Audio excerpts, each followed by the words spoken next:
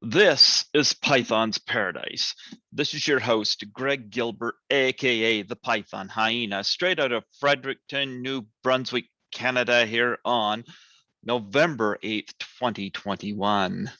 And folks, I got a filmmaker and actor, writer. I don't know if I dare make the Tommy Wiseau comparison because he does everything on his film. Yeah. Oh, that's not a good start. No, Yeah, you don't want to be Tommy Wiseau, Neil Breen territory, do you? unless you're secretly telling me that I'm on that level, and then I'm like, all right, I get it. I got it. Understood.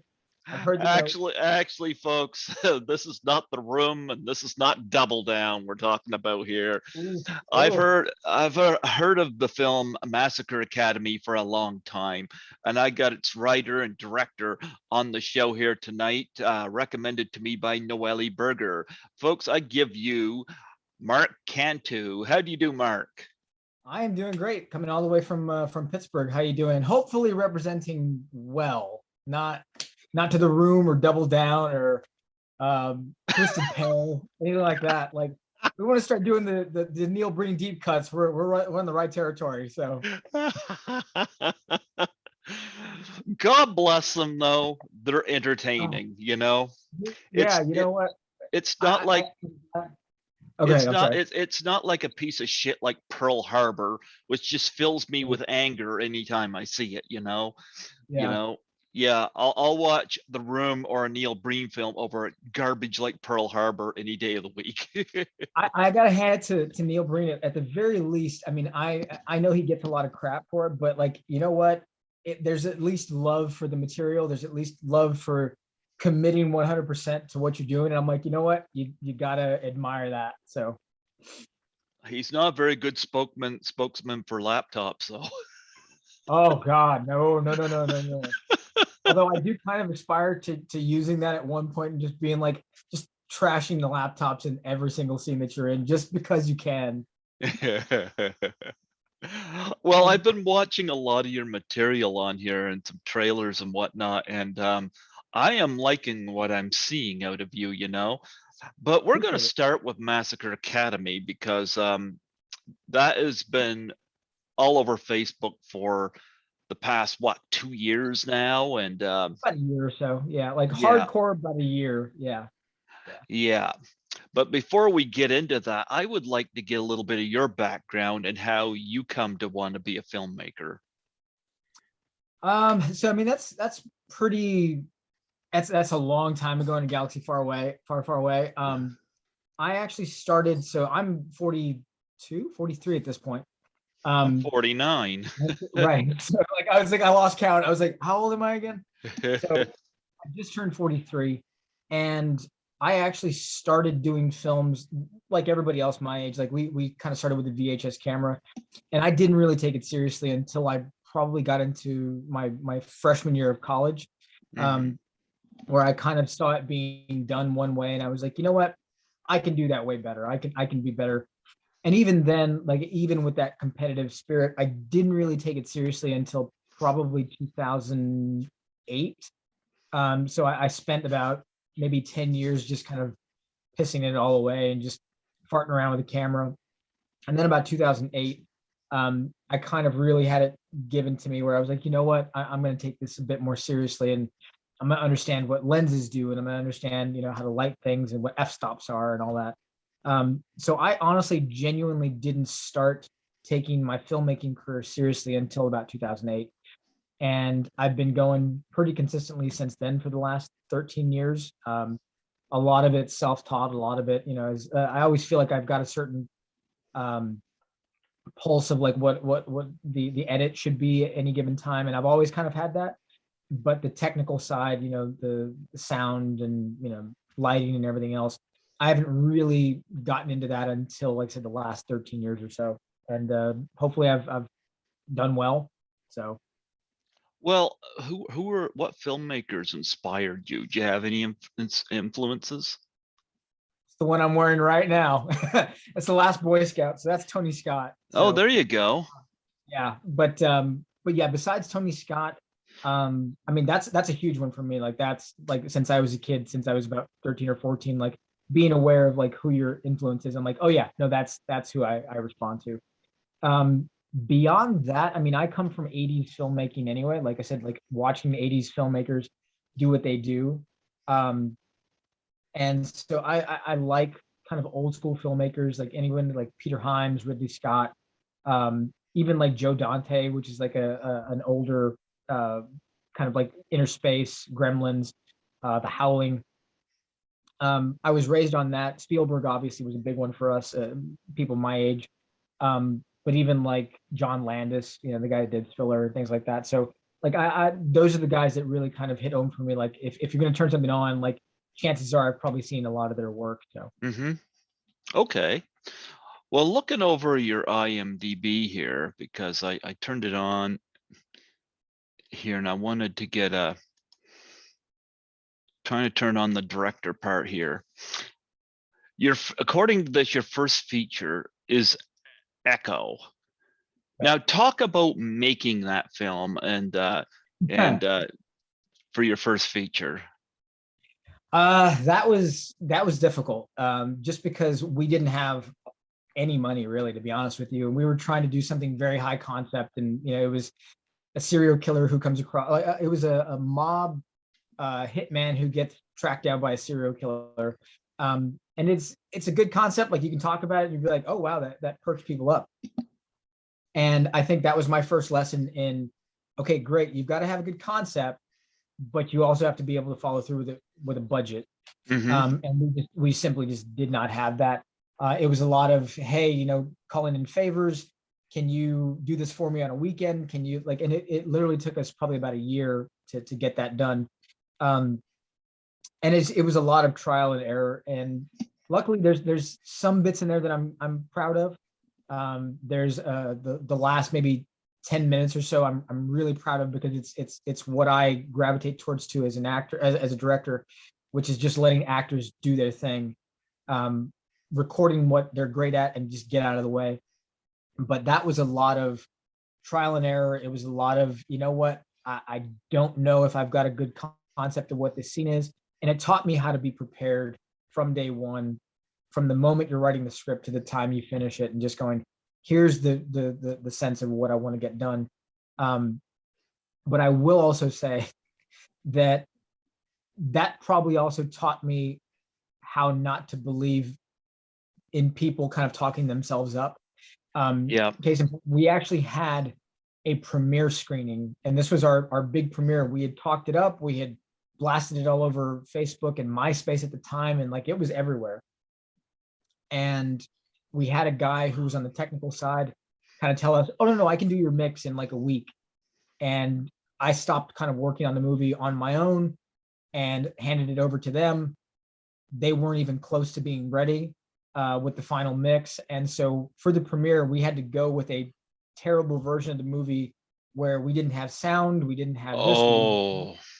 And that was our premiere. And so I had to literally get up in front of a sold out crowd of about 300 or 400 people twice in the same night and just go, hey folks, I'm sorry, but here's what the issue is. And we understand if you want your money back. And like I said, that's probably the most humbling experience I've ever had. So whenever we talk about premieres and whenever we talk about this now, like some people think that I'm paranoid, but I'm like, I've been through that embarrassment before and I'm not going through it again. So it teaches you very quickly about those little things. And I'm like, nope, like you can hear a lot of people talk about how good they are. And I'm like, prove it. Let me see it. And then I'll believe you. Did you address these idiots that pretty much let you down? I never, it was my brother was one of the producers at the time. So it was his call and he was like, no, trust me, this guy's good. And I was like, never again. Nope. Not even trusting you a little bit with that. So it was rough. So I'm sorry to hear that.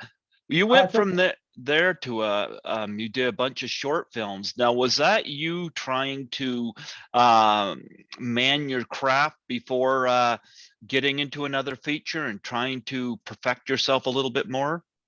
Absolutely. And the one thing about me is that I'm always, especially at that time, because I had a lot of like unresolved baggage and stuff, but I was ridiculously competitive about stuff. So that was my way of kind of going, I'm not going to have that happen again, but I'm also going to try to get better at what I do. And I'm going to do it on my own terms, and I'm going to do it my way. And so that was enough of kind of like a training ground for myself, putting myself through those paces, getting better, getting known for certain things in San Antonio.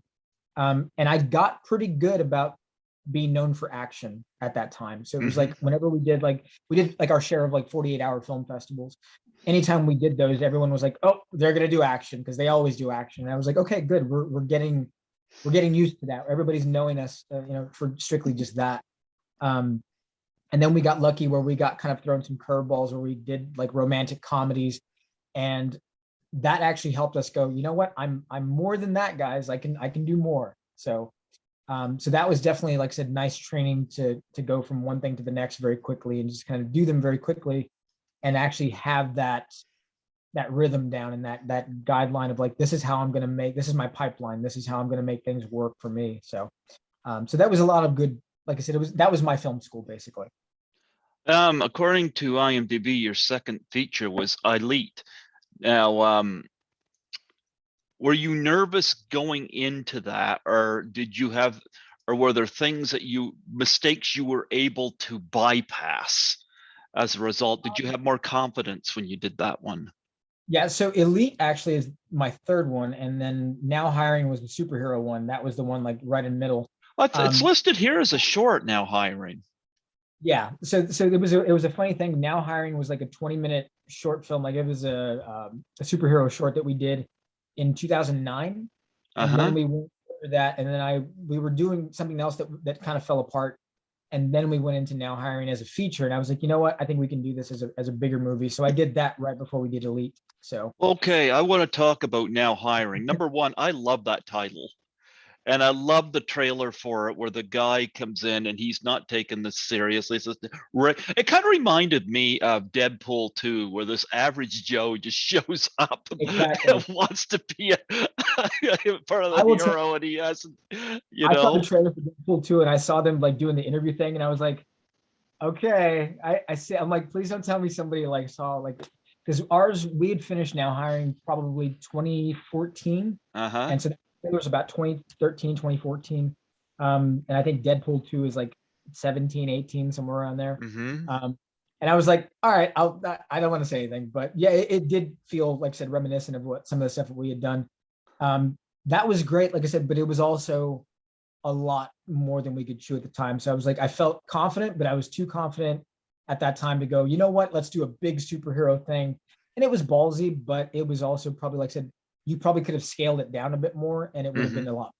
So so it just taught me about going, okay, here's my sights, and that's still a little too high. Let's kind of pull it back just a bit more. So, but yeah, unless you've got $100 million, like you're not going to be able to do that well. So, well, right now with the pandemic, a lot of those bigger ones are going to have to scale it back. absolutely.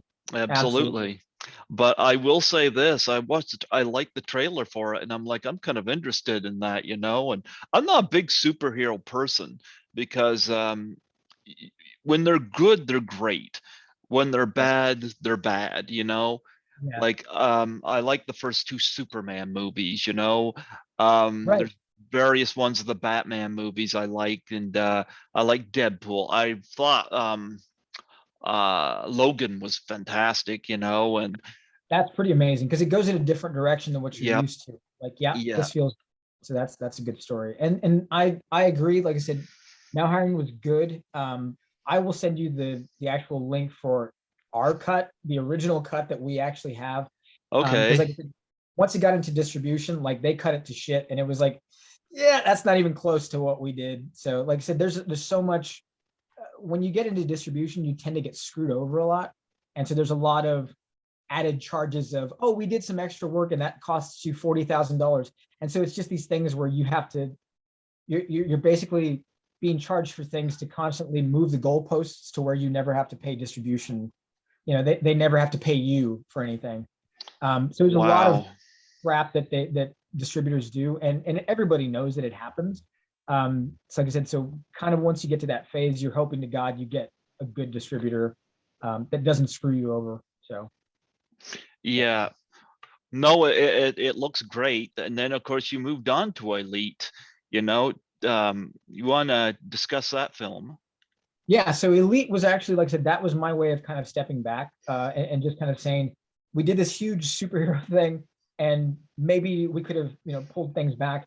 And this was a chance to do, my writing partner and I at the time, we talked about it, and it was, what do we like to, what do we respond to? And it was The Last Boy Scout, it was Lethal Weapon, it was Top Gun, it was Beverly Hills Cop 2, and it I was a gotta lot be of, frank, I never liked Top Gun. I like the soundtrack, but yeah. I never liked Top Gun. When people ask me about overrated movies, Top Gun always comes to mind for me, you know. Top But Gun gets a lot of shit, and I'm not gonna yeah, lie. Like I said, I think it took me a long time to appreciate Top Gun just because it was so we were so inundated with it. I'm mm-hmm. actually a fan of Days of Thunder, not Top Gun. So, like I said, that's my favorite Tony Scott movie that's in that mold, Okay. racing and all that kind of stuff. Uh-huh. Um, but yeah, Top Gun was my writing partner's favorite movie, or one of his favorite movies. Um, and that was just kind of the way we bonded. So then at that point we went in and you went, you know what, let's just write a buddy comedy. Let's write an action thriller. And so that kind of morphed into, I had been writing like a private detective kind of thing. And then he wanted to do like a military action thriller. And so we kind of just put them both together at the time. And it wound up becoming kind of just this marriage of both of those stories. So, and it was great because it forced me to focus on just story, lighting, editing, character, and not have to worry about all these big visual effects. And I actually think that was probably the best thing that happened for me at the time, because it forced me to look at the things that I really did want to focus on, and which was family and storytelling and comedy and all those things. And if I look at where I'm at now in my career, that started with Elite, because I realized I wasn't even close to being good at the visual effects stuff, but I Uh-huh. was good at telling story stuff. I was good at being a storyteller. And so then that's kind of where I've landed now, even with Massacre Academy. Massacre is all practical effects. There's no visual effects anywhere. So Mm-hmm. that's what I'm most proud of at this point. So Okay, what about Night Zero? We're kind of moving up to I want to familiarize myself and right. everybody listening when they hear this with your other films. So Night Zero. Night Zero, everybody that knows me knows what I'm about to say. Night Okay. Zero is the absolute lowest point for me. It is the lowest point for me as far as a director, a writer, um, as a husband, as a person in general. I was going through a really difficult time at the time.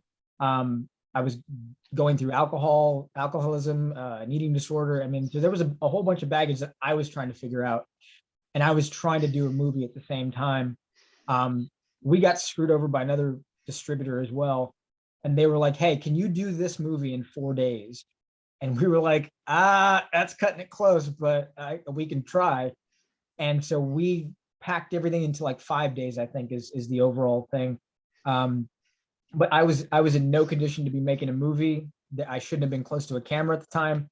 Um, and so when we released it, we noticed that there was some sound issues, and I told the distributor, I was like, "Hey, there's this thing, we just noticed it. Like, I don't know how any of us missed it, but we missed it." And they were like, "No, no, no, don't worry about it. We'll clean it up." And it came back to that same thing where as soon as it came out, they didn't touch it. They didn't. And I was like, "You said you would touch it. You said you would fix it." And again, it goes back to that thing of not trusting anybody else to do your job for you. It was Yeah. like, great. And so I took a year off after that. I was like, I can't do this anymore. I need to get my life straight. I need to get myself, in the right headspace, if I even want to be a director anymore. Um, and so that was, and it was pretty rough reading the reviews after that, because I knew I had done a terrible job. I knew it was bad. And to see the reactions, like if you look up reviews online, it's, "This movie's worse than the Holocaust. This director should kill himself. I mean, like, it was brutal stuff." And I was like, okay, yeah, I 100% deserve all this stuff because I didn't do my job. Not the killing So, yourself. No, you don't. I like, mean, I hated Pearl Harbor, but I don't want Michael Bay to kill himself, you know? right, I right. mean, people I really think it's need to haul a, back, you know? yeah. Well, I know Average Joe looks like kind of a follow-up to Now Hiring. That's another thing. Yeah, that's another distribution story because Okay. they basically, the distributor we signed with, they took Now Hiring and just said, hey, we're going to repackage it because of the pandemic or whatever the hell's going on. We're going to repackage it and we're going to throw it into a theater to see if we can get anybody to show up. And so it's basically they just renamed Now Hiring. That's all they did. And I was like, That's it. this movie's like 5 years old at this point, like or 7 years old at this point, guys. Like it's not, no one's gonna want to see this. And sure enough, they didn't fix any of the effects. They didn't fix, like, they just released it as it was, the way they cut it. And I'm like, all right, that's fine. So we started getting messages from some of our older cast and crew, and they were like, did we do like a sequel that we didn't know about? And I was like, nope, that's the distributor. That has nothing to do with me. So you learn those things in the business, is that distributors gonna try and make their money any way they can. And they're gonna sell it any way they can. If you look at the poster, there's like 10 things on there that have nothing to do with the movie. And it's one of those things where I'm like, that's a cool poster. I don't want it because none of that's in the movie, but that's awesome that you guys tried to sell a movie like that. So Your story reminds me a lot of Adam Marcus, who of course is known as the director of Jason Goes to Hell, The Final Friday. right, right. He had been involved with some films, most notably the Texas Chainsaw Massacre, the one with the gorgeous Alexandria Daddario. And he was, of course, one of the writers on that. And he said when he saw the final product, he said this was not his film. This Yeah. was not what he pitched, And so finally he created Skeleton Crew, which is his distribution company. And they made a wonderful film. If you haven't seen it, check it out. In fact, I think Adam Marcus could probably give you a lot of pointers. He did a movie called Secret Santa, and it was Heard of it. awesome. Yeah, I've heard of it. I've got it here on Blu-ray, and I showed it to my brother a couple Christmases ago, and um, he loved it. It's a Christmas horror slasher film, and The he did ones it. that, yeah. He Go ahead, did go ahead. that away from the studio. He did it with Skeleton Crew, did it with his own actors, and he said he was able to make a movie without the studios basically coming in and fucking everything up. Yeah, yeah. And I think Secret Santa is the best thing he's done. In fact, there It was was one of one. the ones that we actually got, a bunch of our friends in the horror community, like they came out of the woodwork when I was doing Massacre, when I was about to start shooting. And that was one of the ones that they were like, you need to watch this. And I never got around to it because I had so many You to go got through. to. Yeah, but it's one of the ones that I was like, I remember the trailer, I remember the poster. I need to get around to watching this eventually. So, Okay, have you seen Jason Goes to Hell? oh yeah, I saw it in theaters. Yeah, Okay. yeah. Here's how practical Secret Santa, how resourceful it was. He brought in the people from KMB that he had worked with because they were friends of his to work on Secret Santa. And he was told, because of his budget, that there was a kill in the movie involving a severed head. And they approached him and said, for Secret Santa, we don't have this in the budget. We can't do it. And he said, we'll do it. Trust me, I got this. Adam Marcus went to his garage. He still had Kip Marcus's, his brother's head that was severed in Jason Goes to Hell. He brought it onto the set. And the guy looked at it and said, I can't believe you still have this. And the FX guy doctored it up, and they were used that same head, and Yep. you can't tell. And yeah, and that sounds like something that we did on Massacre. There was a couple of moments like that where it was like, you know what? It's in the script. I have no idea how we're gonna do it. And when we got there on the day, we just didn't have the budget for it. And so once we were done with shooting with everything, I literally went back, like there's some photos on Facebook where it's literally me, my wife, her girlfriend, our friend, my daughter, and we're all literally back here in my office with everything covered in plastic, just doing a close-up on this head covered with gunk in it so we can do a head smash. And you're like, yeah, like this is, and I went out and spent like $50 out of my own pocket. And I was like, you know what? I'm going to rig this myself. I'm going to do this. I'm going to pay for it out of my own pocket. And it's one of the best kills in the movie. And I'm like, Yep. yeah, you do what you have to do, Yep. you know? Well, your homework, watch Secret Santa. I think you'll Oh, enjoy I'm it. going to have to. Yeah. I've interviewed 5 people from the movie. So, and it's got a Christmas star kill in it that is one of the most unique kills I'd ever seen in a horror film. Yep. Yeah, it's So, definitely on the list again now. So, yeah. But let's talk about Massacre Academy, because this was a film that's, like I said, all over Facebook, and right. I'm going to look at it here because I know you've got some people involved with this film that I am very familiar with. Uh, this is going to sound funny because now you're starting to work with some people in the industry, and it's funny because I just met 2 of them at Frightmare in the Falls, because these 2 individuals are both involved in Z Dead End, which I'm an Okay. associate producer on. And Nice. I'm talking about Dave Sheridan and Felissa Rose. Yep, absolutely. And they are actually helping. They're going to be moving forward with us on Wolf Hollow as well. So, like, Mm-hmm. we spent one day with them on Massacre, and I was like, yeah, you guys are in whatever we're doing next. Like, you have to be. And the feeling was mutual because, like I said, it was maybe a couple of weeks later, like we were getting texts and going back and forth, and they were like, literally, whatever you're going to do next, we're in. Don't worry about it. So, but they're absolutely beautiful people, and I love working with them. So. So are you going to do an Officer Doofy Angela crossover? Because everybody wants to see that. I mean, if they give us the budget for it, I'm not going to say no. Why would you say no to that?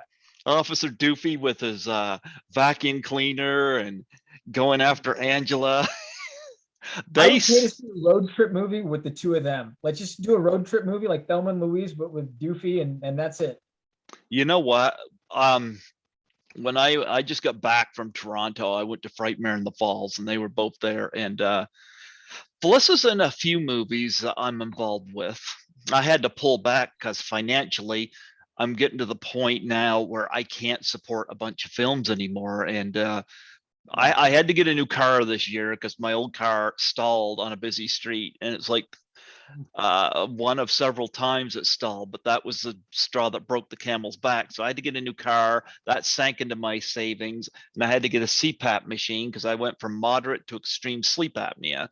So I had to pull back on supporting of these films, and so and it's nothing personal to anybody, but it's just I had to, because Yeah, I I think the mean, biggest I got involved with 13 Fanboy, which is the biggest thing I got involved with. But nonetheless, when I approached Dave Sheridan at his table, because he was seated right next to Felissa Rose, right.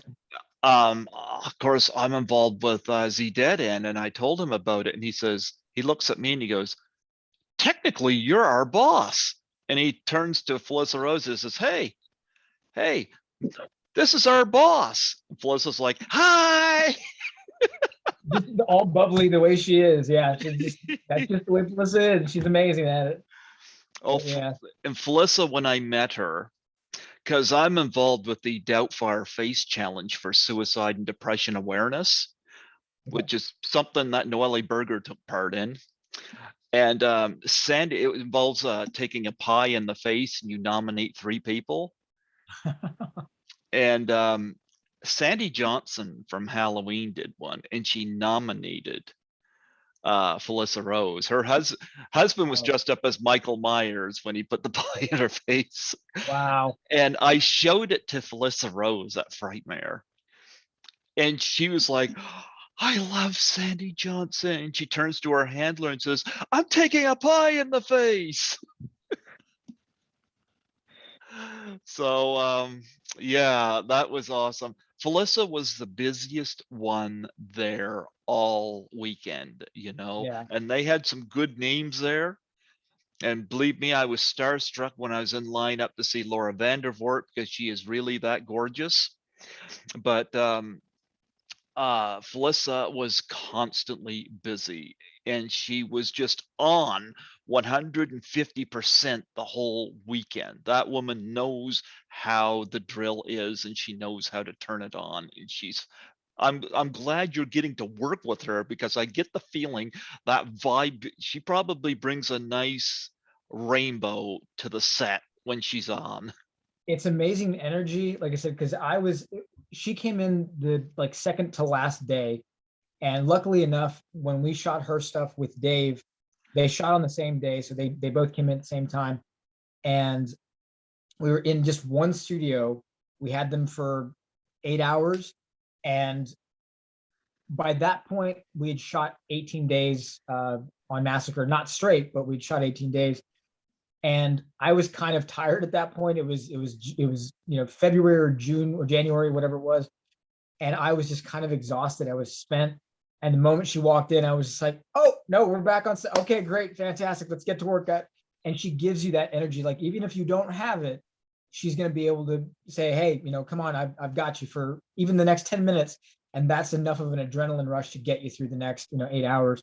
But between her and Dave, one just being so professional and being on point with everything that they did, it forces you as a director to go, okay, shit, I better really know what the hell I'm talking about, and I better know what my decisions are, and I better be as efficient with my time as possible, because they're not going to sit there and suffer fools. They're not going to fuck around. It's as nice as they are, they're not going to, I would imagine they're not going to sit there and tolerate that for 20 hours. That's just Officer not the way. Doofy will. Right. Probably.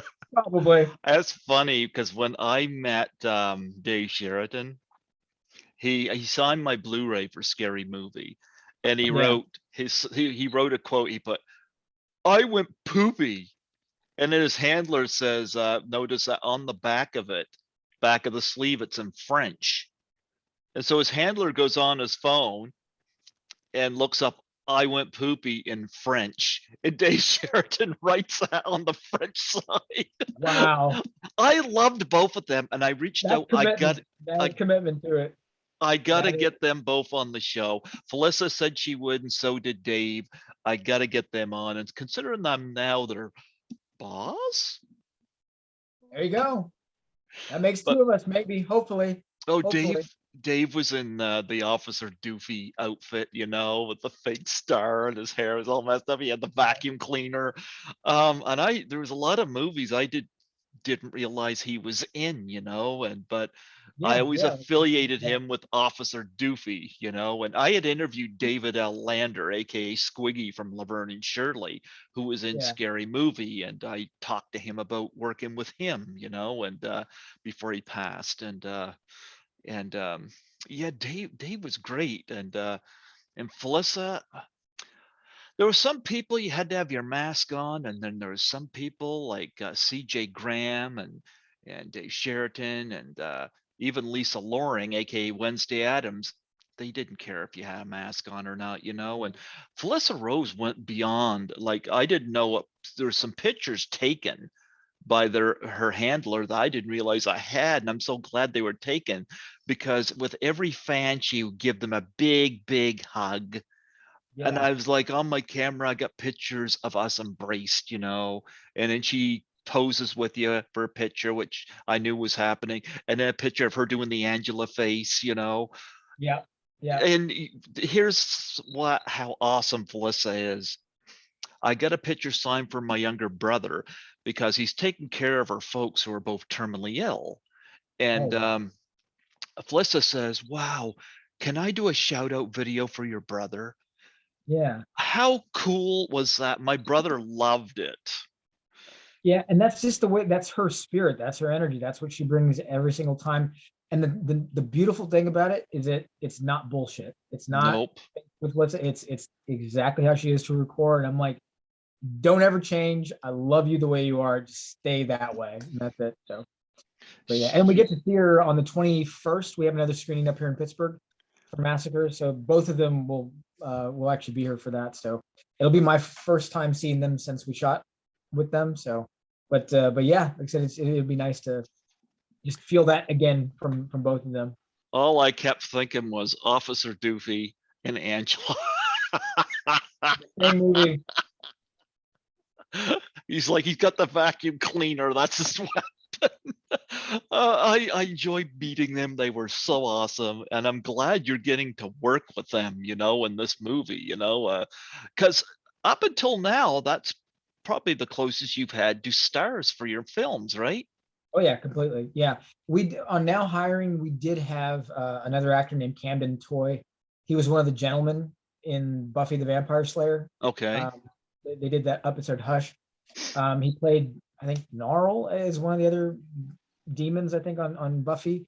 Okay. Um, but he played a few demons there. And that was my biggest star that I had worked with at the time, like I said, with Camden. And then I worked with James Leary on Elite, which he was on Buffy as well. And like I said, and I didn't do anything else in between with anyone else until Dave and Felissa walked on set, and I was like, okay, I guess we're this is real now. We're back in the league again. So and it feels right. It feels, like I should have been doing this the whole time. So Well, I'm in 9 James Balsamo movies, just my footage shot on my iPhone and sent to James. And I'm credited with Felissa Rose and It Wants Blood. My scenes are being watched on television by Eric Roberts, which is kind of cool. nice, And very nice. Z Dead, and I got Dave Sheraton and Felissa Rose are both in that, and my name's on that. I'm not in it, but my name's on it. But looking down here, I didn't know this until last night when I was looking up this movie. You got Jackie Martling in this from formerly from the Howard Stern show. Yeah. Talk about getting him. That was actually one of our producers, or actually our main producer, Tom Parker. That was his call. He had met Jackie, I think, like on a set up in New Jersey or something. I can't remember the exact meeting there. But I get a text from him at one point, and I think we're maybe halfway through production, and he's like, "Hey, can you give me a call?" And so I give him a call, and we talk about it, and he's like, "Yeah, I just talked to Jackie Martling. He was on Howard Stern, and I was vaguely familiar with his stand up and everything else, and he winds up telling me that Jackie wants to come on and at least just do a quick cameo." And I was like, you know what? At this point, there's not a lot for him because we'd already cast everything. And I was like, but we do have this kind of wraparound news report that we have to kind of fill in with people. And so that's where Felissa comes in. That's where Dave comes in. He's got some additional footage elsewhere. But then Jackie is one of the witnesses of the first massacre from like 2 years ago. So in all the news reports, Jackie is kind of, telling everybody about what happened. Like, yeah, I saw this thing and I saw this guy and blah, blah. And we have some of him in the very beginning, and we have him just like with Felissa at the very end of the movie. It is, I guarantee that is the stuff that fucking kills every time I've seen it. That last news report, because the movie's great. I'm so proud of the movie.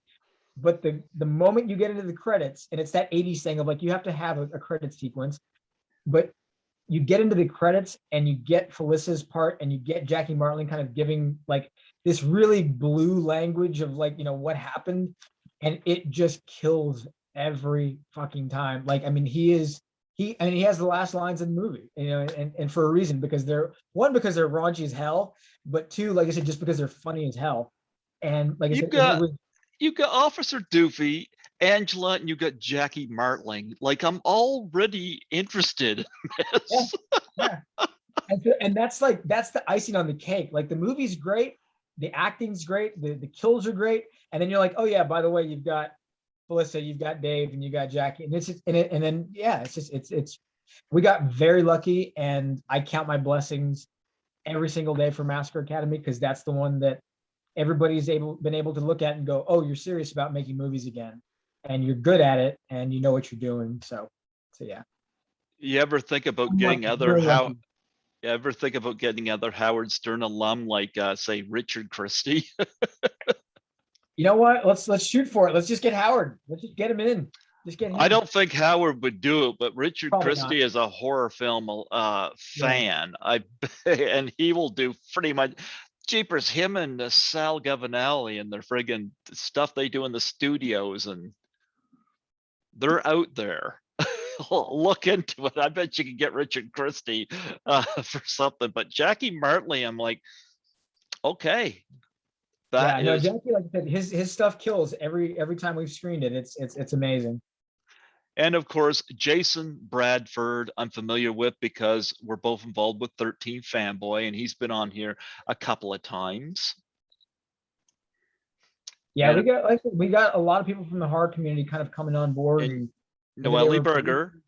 yeah, Noelle's, I love Noelle. I love her boyfriend Michael. I mean, like they are just amazing people.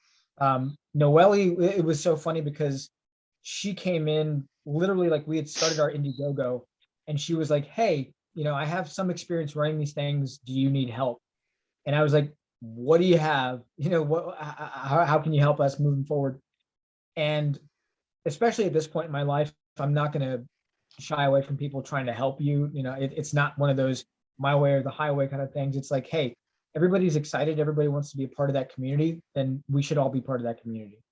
And so Noelle messaged me, and we got to talking, and we absolutely hit it off like from minute one.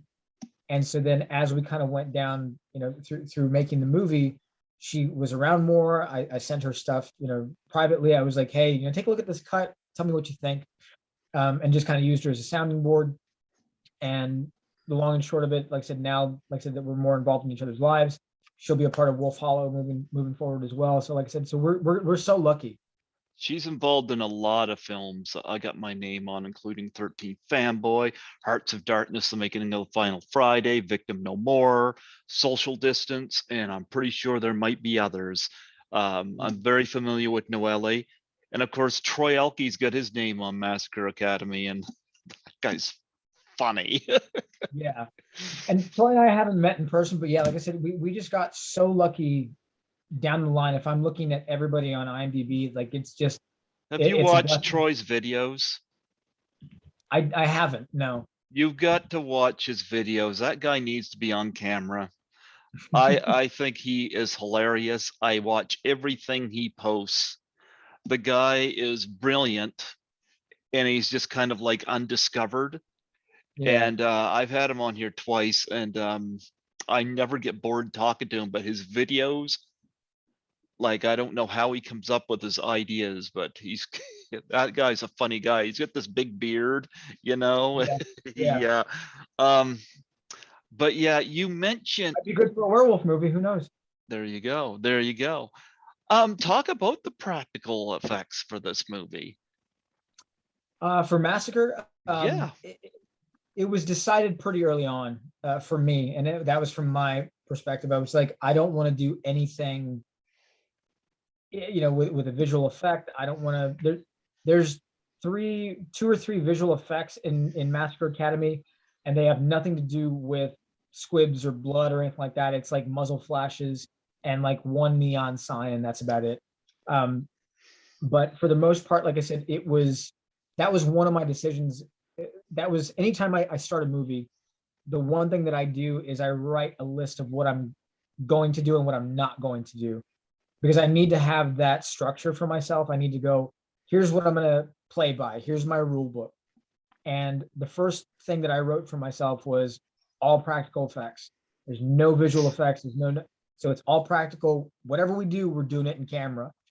And to me, that was the smartest decision I could have ever made, just because it looks better.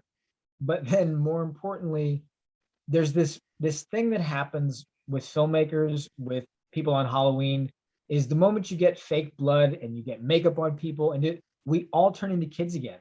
We all do it. And it's one of those things where you're just like, oh, we get to play. We get to put the thing on my neck, and being like, and people just go crazy for it. So the level of energy on set goes up when there's practical effects on, because you can see what's happening, and you're not having to bullshit and look against some green screen or say, here's this thing where we're going to kind of put it in. And no, like there it is on set on the day, and you can tell.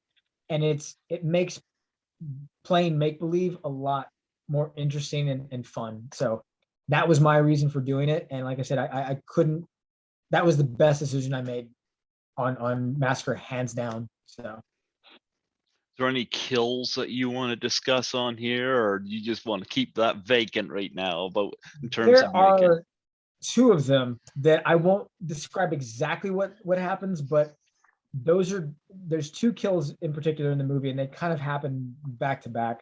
Um, one of them is one of the guys that runs a roller rink.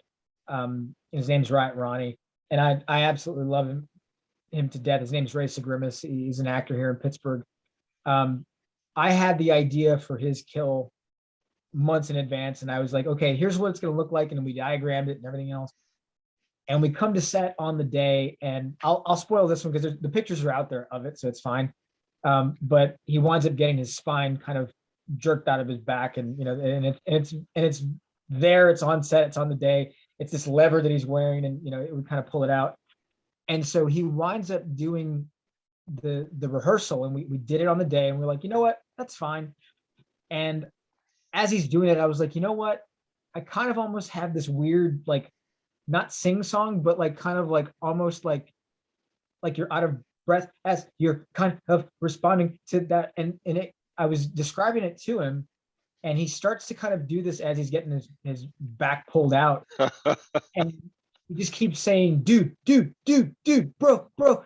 And all of a sudden, the last thing that comes out, he just hits this high note because he's a singer, and he just goes, bro, and like it fucking kills every time. And it's one of the funniest things I've ever seen. And I was almost pissing myself laughing just when we were shooting it. I was like, oh yeah, that's in the movie. Of course. Why would I not cut that? Why would I cut that? Who is the actor again? So his name's Ray Sagrimas. So he's got really long hair, Okay. beard. He's a former rock star. And like I said, he is amazing. He's a musician. He plays the ukulele here in Pittsburgh. He's fucking phenomenal. And we were lucky to have him. And so just the fact that he could do that, and I didn't tell him to do that, but he did it on his own, was amazing. And then we have another kill in the scene right after that, which is the big frat party, because that was the thing, is when we were doing the frat party, I was like, this is kind of where I want literally all the gore to go. Like this entire scene, whatever kills we're gonna do, we're doing them in this one scene. And there's other kills later on in the movie, but there's not as graphic. That one scene is meant to be kind of like the scene in Freddy versus Jason, where they're all at the cornfield party, where it's just like, you know what, we're just gonna kill everybody as quickly as possible. And to me, this was my scene to kind of get the body count really high as quickly as possible. So I think in that one scene alone, there's about 16 or 17 deaths, and they're all different. And they're all done like back to back to back to back to back. So that was the most fun I've ever had on set on anything that I've ever done. But the one kill at the very end of that sequence is absolutely my favorite thing that I've ever done. Like in terms of kills, that's my favorite kill, my favorite moment. Like, and that was the first thing that I wrote for Massacre Academy. That one kill, I wrote that down, and I was like, whatever I do on this movie, this is the one kill that I'm doing. And I wrote it down for myself, and I nicknamed it this one thing. And 2 years later, we were doing it, and as we were shooting it, I was like, wow, we're actually here. We're doing the thing that I was dreaming about, and now we're here, and we're lighting it, and we're setting it up, and it went off without a hitch. And it was like, yeah, this is what preparation, this is what planning leads to. And if you do it the right way, and your intentions are the right thing, then everything falls into place. So I should reach out to Ray Sagrimas and have him come on here and talk about this. I never heard of him, and yet you've already got me kind of psyched. I will send you his Facebook profile. He is fucking amazing. All right, please do that. I'll have him on here. That just sounds funny, the high pitch. So and he's also a great musician too. Like he's fantastic. He's talented, super talented. And just the fact that he's super talented, he's a great artist. He's a phenomenal singer. He's a great musician, and he's just a good person. And you're like, wow, like he's another person like Felissa, where you're just like, you just be you, just show up and be you, and that's it. So, how much time did you have with Felissa and Dave on this film? Like, or how much of the movie are they in? It's kind of spread out for them. I mean, so they pop in a little bit at the very beginning. Felissa and Dave are definitely in the beginning credits and the end credits, for Felissa especially. Um, but Dave, even though he's only in, we only had him for, like I said, for one day. Hmm. But even though he only shot with us for one day, he's felt throughout the entire movie. Okay. So it's one of those things where we show some of the like the psychiatry like interviews and things with him, at the very beginning of the movie, and they kind of keep popping up throughout the entire movie. So it's like his spirit is kind of alive and well all the way through the entire movie. So like so we don't let it go really, all the way up until the very end. So, but yeah, we were damn lucky to have him. So. Yes, absolutely. Well, let's talk about Wolf Hollows because you got somebody on there that well, let's just say I was her first podcast, Uh-oh. and she was somebody that I have met in 2018 at Horrorama. An absolute stunning woman. She still looks wonderful. I'm talking about Lynn Lowry. I met Oh, I met her at yeah. Horrorama 2018, and it's the first time I met somebody at a con where they gave me their phone number right there on the spot. You Yeah. know, I didn't get her on until this year because scheduling, but I finally got her on. We kept in touch, and I got a bunch of Blu-rays and pictures and posters signed by her. Some of them I did online with her this year because she had these packages that she was doing. Shivers was coming out on Blu-ray, and she was I, offering a deal where she'd sign that and a couple of pictures or something like that. And of course, I'm going to go number one. Love to have some of these movies signed by her. Number two, it allows me to keep the connection right. and stay associated. And I was so happy to get Lynn Lowry on, and she's a hugger. Yeah, I met her both days because I got VIP at Horrorama. I walked up and met her both days, and she's a hugger and an absolute straight shooter. One of my highlights this year is have Lynn on here, and um, yeah, so she's definitely worth meeting at any con. Talk about bringing her into this movie. Well, we actually we were kind of just informal with Facebook friends, and we had started to put the casting notice out. I mean, I've known Lynn's work for years, obviously, um, but we were putting the casting notice out for Wolf Hollow, and then all of a sudden I get a message from Lynn, and she's like, are you still casting for this? And I was like, yes, we are. And if it's you, then yes, we definitely are casting. And so I sent her the sides, I sent her the script, and that's the nice thing about Lynn is she doesn't have to audition. Like you know what you're getting with Lynn. And so it was really just having a conversation with her. So I let the producers know. I was like, hey, Lynn Lowry's wanting to talk to us about this. And so like we all got on a Zoom call with her, and we've got producers in LA, we've got me here in Pittsburgh, and we were all on. One of our producers is in Connecticut, and we were all on, and we were like, hey, nice to meet you. What do you think of the script? And we just kind of went point by point. And it's literally as soon as we all got off the call, I got like 5 messages from our producers. They're like, yep, it's her. That's the one. And we're like, yep. And I agree completely. And You Lynn has been so damn sweet about everything. We just had our first table read on Saturday. We just had our first table read with everybody. Some people were come in, through Zoom, and it was her reading of her character. Her character's name is Marla, and her reading of her character absolutely like the moment she opened her mouth, and it was like, that's it perfectly. Like she sounded exactly how I wrote it, and she just absolutely nailed it. She had everybody rolling, she had everybody laughing. And this was the table read, we're thousands of miles away from each other right now. No one's in the same room. So I was like, I can only imagine what it's going to be like when we're on set with her, and the energy's there and it's flowing. But my experience with Lynn so far has just been, she is damn professional. She's phenomenal, and she's the sweetest person in the world. So I can't wait to get on set with her. Do you want me to throw some other names at you that would be good for you to work with? One, Absolutely. Sandy Johnson, who was Judith Myers in Halloween. Hmm. She is a doll. Yeah. She's somebody you need to look out for. Eileen Dietz, who was Pazuzu in The Yeah. Exorcist. Yeah, absolutely. Yep, she's another one. And Genevieve Rossi of Attack of the Killer Chickens. She was in a lot of James Not familiar with Balsamo that one. movies. Yeah. Well, Yeah. she's pretty out there. She is somebody I would recommend. I think I'll have to look her up then. Yeah. I've had her on here 3 times, Yeah. but definitely Sandy Johnson and Eileen Dietz.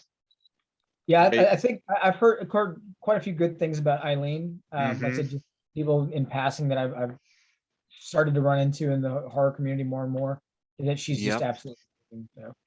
yep. And I'm really good friends with Nancy McLaughlin from Jason Lives. Okay. She's a doll. And I'm also, goes without saying, I'm really, really good friends with Lisa Langlois from class of 1984. Um, she Not familiar invited, with that. I don't think I remember seeing that. Yeah. it was an early film with Michael J. Fox. It sounds vaguely familiar. I'm not familiar with that one. So I'll have to look that one up on IMDb. Oh Yeah. man, I love that film. Actually, she invited me to my first con and we've been friends ever since. Yeah. Yep. But I'm trying to think of some other people too, but definitely those ones, like I actually referred Sandy Johnson to somebody last night, Right. because you want to work with people that are awesome, people that aren't going to bring Yeah. drama. And Sandy's wonderful, Eileen is wonderful. There's some good people there, so yeah. Just makes your day go by faster, and it makes it a lot easier on everybody. So like I said, if they're the most professional people you can find, then fantastic. So Another one I'm thinking of too, if you could get her, is Kelly Maroney from Fast Times at Ridgemont High. I have heard, yeah, Night of the Comet, and yeah, I'm familiar with Kelly. Yeah. I think she's hilarious. But yeah, there are people like that. And if you want males, Michael St. Michael's is definitely somebody I highly recommend. I mean, this is a guy that did a straight full body nude scene in The Greasy Strangler at 72 years old. This guy will go for it, and he's freaking hilarious. I What do you love this want me to guy. do? Yeah. What do you want me to do? He's a fun guy. I was so happy to get him on here. He's somebody you might want to look out for. I've never had Eric Roberts on, but I heard he's very approachable. Yeah. You I've heard know, good things about Eric. Yeah, as well. Like I said, Felicia's work. I think she's worked with him a couple of times, and she had yeah, nothing but nice things to say about him. yeah. So these are people I would recommend you keep a mental note on, because I think they're because you want people that you can get on that are just right there on board, Yeah. but you want people that are also pleasant. Yeah. Like I said, it just And makes your day go by a lot faster, and it's a lot smoother. well, So Sandy, I've never met Sandy in person, but I've interviewed her twice, and I get the same vibe from her I got from Felissa. right. So just Yeah, nice and just approachable. a doll. So those are people that I would throw at you. So I will tell, definitely keep them in mind. Yeah. yeah. So talk about the plot for Wolf Hollow. So we're trying to keep most of it under wraps for right now, but the basic kind of structure for it is we've got a group of filmmakers who are out on location scout, Hmm and they happen to go off and run across a den of werewolves, and hilarity ensues after that. So Ah, that's pretty much as I'll give for right now until we get closer to production. But yeah, definitely, like I said, I'm trying to stay comfortable with things that I love and I admire and want to incorporate in my world, which is filmmakers and practical effects. So, and again, on Wolf, everything is practical. We're not shooting anything visual effects or CGI or anything like that. So all the werewolf stuff, everything is going to be all practical effects. So, and you get Felissa back for this one. You got Dave coming back. yep. Is And he go? we've got we've got Dave, we've got Felissa, and we've got Lynn. We may have a fourth one that we haven't told anybody about yet. So Jackie Martling? no, no, no. There's another one that we're kind of working on right now that fingers crossed we get him or her. Is it possible that we could have Officer Doofy and Angela versus werewolves? I would do that behind the scenes too. Yeah. 5 minutes of it and that's it. Yeah, I'd do that. Absolutely. If some distributor will give me $10,000 to go shoot that, I would do it tomorrow. So when you met Dave Sheraton, I'm assuming it must have been on Zoom. Did he come out with his vacuum cleaner and his underwear and say, "I told you not to disturb me while I'm cleaning my room"? No, the first time I met Dave was actually on set for Massacre. Like I said, he walked in. I think they had literally they were on set like the night before, and they drove in from I think Philadelphia to Pittsburgh, and he was kind of waking up with his coffee, and like I said, we were just kind of Vacuum very cleaner. low key. Yeah, everybody just.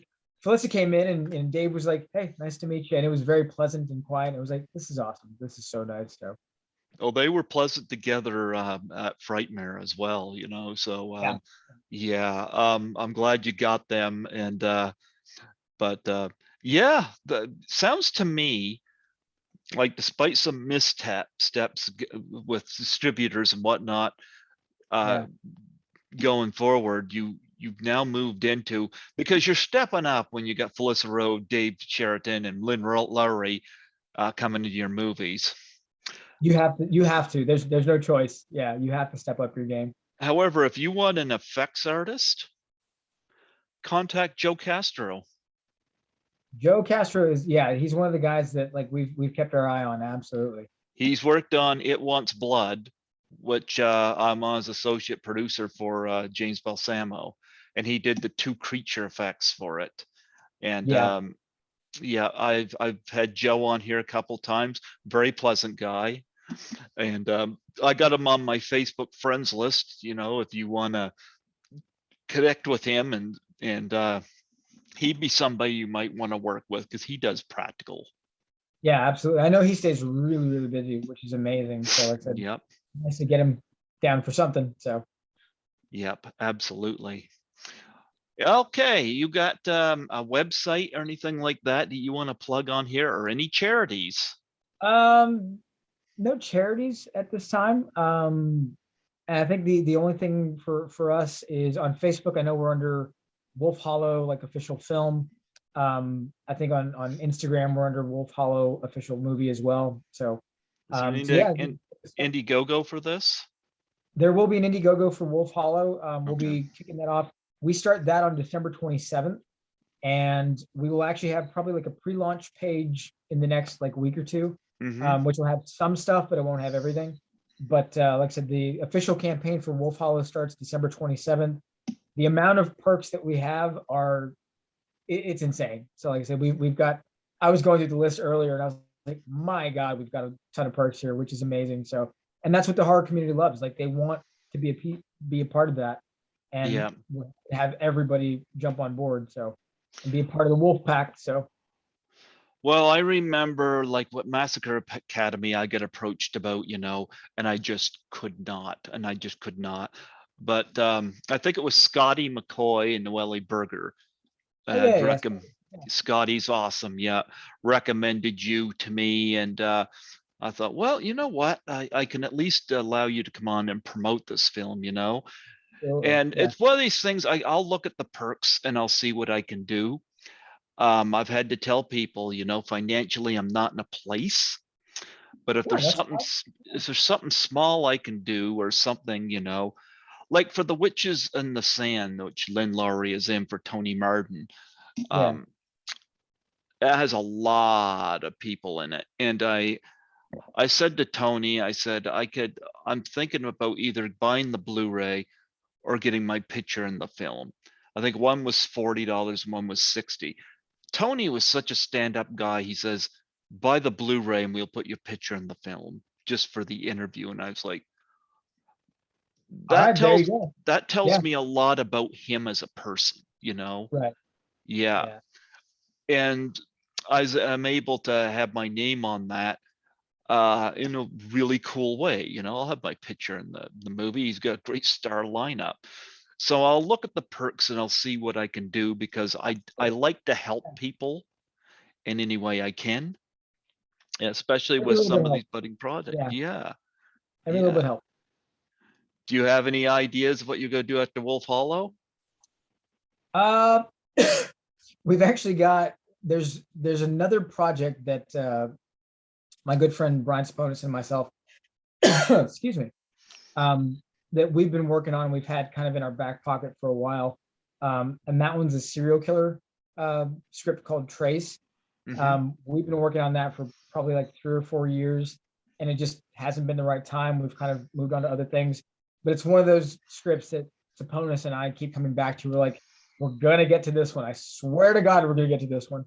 So that one, once I get through Wolf Hollow, I've already kind of promised him. I'm like, once we're through Wolf Hollow and we get past the big werewolf budget thing, I will go right into that one. So, like I said, so if everything works out the way we want it to, then I'll be doing serial killers after werewolves. So Are you gonna bring in Officer Doofy and Angela to fight with the serial probably not killers? the most appropriate for that kind of movie, but yeah, we'll see. We'll see how it plays itself out. I'm trying to pitch that, you know, Officer Doofy Yeah. and Angela. I think that would be a I don't I'm think telling you, Officer I don't know how Officer Doofy would react to that the Angela reveal. yeah, I'll do it. Give me some money and I'll go do it. Absolutely. Go find just a producer for us and I'll do it tomorrow. Oh Tomorrow. man. Yeah. Anything else you want to promote on here before we close off? We've got Massacre Academy. We've got one more screening coming up here in Hmm. Pittsburgh. It's at the Lamp Theater on November 21st Hmm. at 6:30, and we will have Felissa with us. We will have Dave Sheridan with us, and some of our cast and crew again. So, like I said, there'll probably be one of the last chances for Massacre to be seen at least locally on a big screen. So, When is yeah, that again? November 21st. It's a November Sunday at 21st. 6:30. Yeah. Okay. Is this available on Blu-ray? If you reach out to our producer, Xander Goldman, so Hmm. it's Xander Goldman. If you find him on Facebook, like I said, you can actually contact him. He's able to sell them directly to people at this point. So, like I said, I know he's been taking sales like that. So, but yeah, we haven't had a distributor deal land quite yet, and we kind of haven't wanted to pull that trigger. So we're trying to do everything ourselves first before we go into that aspect. But Okay. yeah, if you reach out to Xander Goldman, like I said, you can buy a Blu-ray from him directly, and he'll be more than happy to send one to you. Okay. Are you going to sign it? I'm sure he could sign it for you because he's probably got like a ton of them. And I'm like, we're nowhere close to each other right now, so he can probably sign one for you. And yeah, if you ask him to do that, like, hey, sign a copy for me, then I'm sure he'd be great. Well, just rush on over and sign it. If I had the time, if I wasn't doing werewolf He's prep, how many states away? I mean, he's maybe like an hour and a half away from me right now. See, So no like, problem. yeah, my schedule, like I said, it's tough. So You know what, Mark? It was a delight to have you on here. I'm glad that Noelle and Scotty McCoy have brought your name to my attention. They definitely sang your praises, you know. I And appreciate that. I love them both. So yep, absolutely. And yeah, it's happy to have you come on here today. And it's nice to see, you know, you started. It was rough standings getting going, but yeah. you Massacre Academy sounds to me like the first project you did where you're like, okay, I'm on the right path. Is that the right feeling that I'm getting here? I would say that Massacre Academy, and this is no bullshit. This I genuinely mean this. Massacre Academy is the first movie I've ever done ever in my life where I feel like it's the first real representation of who I am. And it's legitimately everything is exactly the way I want. I think we've got maybe 85 to 90% of what I wrote. Hmm. It's the first real representation of who I am as a person, where my values are, how I operate. Like if you look at Master Academy, you know who I am. So like you're looking right at me basically at that point. So and I couldn't be more proud of the work. And I love everybody that we had involved in the cast. And like I said, it's the first movie that I'm really 100% truly proud of all the way through. The experience, the writing, the directing, the awards that we've been getting. Like, I'm 100% proud every single day of that movie. And that's, if I died tomorrow and this was the only movie that I got known for, I'd be all right with it. I'd be happy. Just thinking about Noelle Berger here. You got Amanda Sawyer in this too, don't you? She makes a small cameo, but she's in there. Yeah, absolutely. Yeah, I know her through Scotty McCoy. Yeah, and again, we got so lucky with Noelle kind of roping in several people like Mhm. DJ Patton. I mean, like, just there was plenty of people that came to play and they brought their A game. And we only spent about 2 days on set together, but I know them all through Facebook now, and we talk and we chat. And Brad Robinson. I mean, like, they're all amazing people. So like I said, I have Noelle to thank for that, and I couldn't be happier. So Absolutely. Well, you know what? I appreciate you coming on here today, and I wish you the very best of luck. Good luck with Wolf Hollow. I mean, you got Felissa and you got Lynn Lowry. You know, you're in good company. You know, that we are, that we are. absolutely, absolutely, and it can only go up from here. So no more hindrances. Make some Nope, great stuff. I gave you absolutely. some recommendations so to help smooth your sales coming on in. So yep, Absolutely. Well, thanks so much for having me. I appreciate it. Thanks for letting me talk your ear off. And it's been fun. Like I said, definitely whenever you guys want to talk about Wolf Hollow or anything else after that, let me know. I'll put you on my list for next year. You know, maybe about around this time or something like that. I'll have you back on, and Yeah, yeah. we could talk about the Officer Doofy Angela crossover that you're going to do. Fingers crossed. Fingers crossed. Take care, Mark. God All bless, right. and Yeah. good luck with Massacre Academy and Wolf Hollow. Thanks for having me. Appreciate it. Absolutely. You take care.